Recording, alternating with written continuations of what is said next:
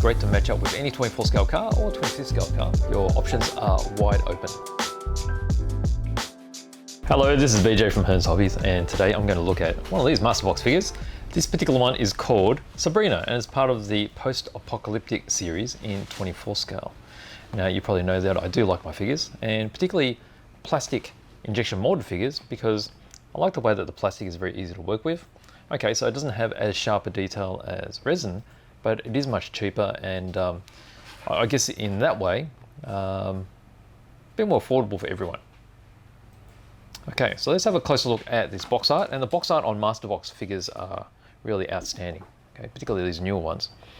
Give a real sense of atmosphere about how to set up this particular figure.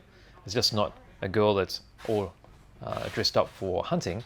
She's actually got all the crossbow, she's got all the bolts in a little satchel on the side, and all this sort of, I guess you call it toughen type clothing. You know, it's sort of modern, athletic style, and gives you that idea of survival in the great unknown. Okay, so this is kit number 1. Okay, it's of a series. So if you look on the back, they do give you, so this is the instruction manual really. Figures don't have a lot of parts, so it's easy to just print them on the back and you'll be able to follow that through. There's a paint chart, and that's the additional series of this particular set of post-apocalyptic figures. Not all of them have been released yet, so there's still some to come. So particularly these ones are still to come, but they're already in the works for release later this year. Okay, so there's your little legend of all the parts. It's basically just one sprue, and I'll open it up and we'll have a closer look at the sculpting and the molds. Okay, so they come in this little bag like so. So open it up and have a closer look.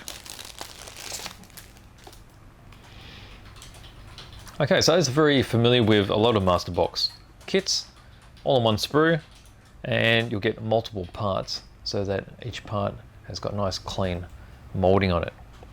Now I'm going to zoom in and we'll have a closer look at all these details, and particularly the face.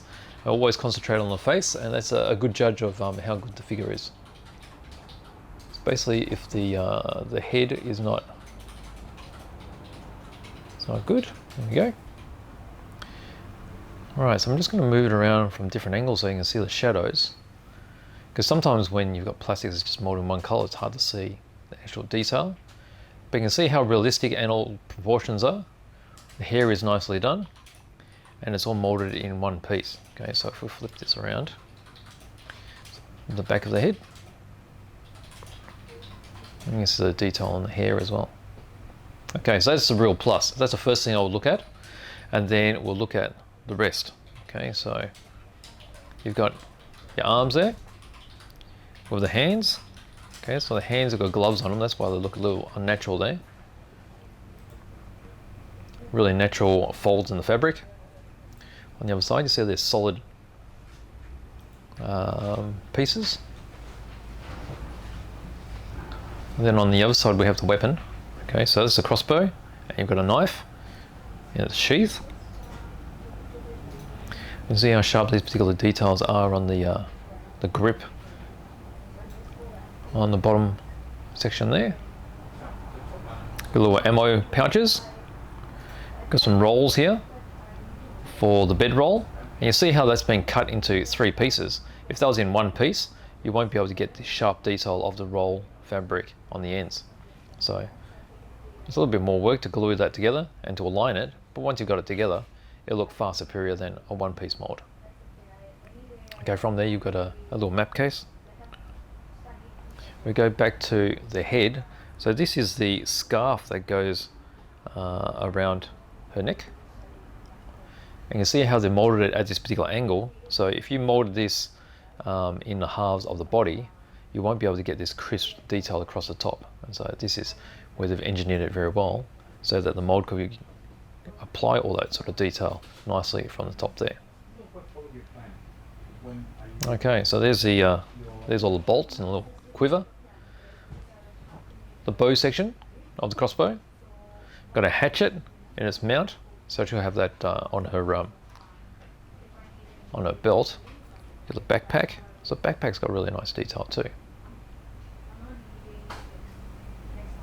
Okay, on the sides and the top. Actually managed to get some fairly crisp detail there because it's on a slight angle as it's being molded. And then you have the torso. So you have the front, and you'll see the straps that go over her shoulders. So they'll meet up in the centers there. So wherever you glue these together, you will need to do a little bit of cleaning up, but you can see how it's already pretty crisp just by the way it's been engineered and the way it's going to go together. Okay, so it is designed to have maximum detail after it's been complete. So as you can see, very nicely clean. Okay, so that's it. That is my open box review of the Masterbox figurine kit, 1/24 scale in the Post-apocalyptic series of Sabrina, kit number 1. So great to match up with any 24 scale car or 25th scale car. Look even better with a big truck there too. So your options are wide open. So that's it. Thank you for watching.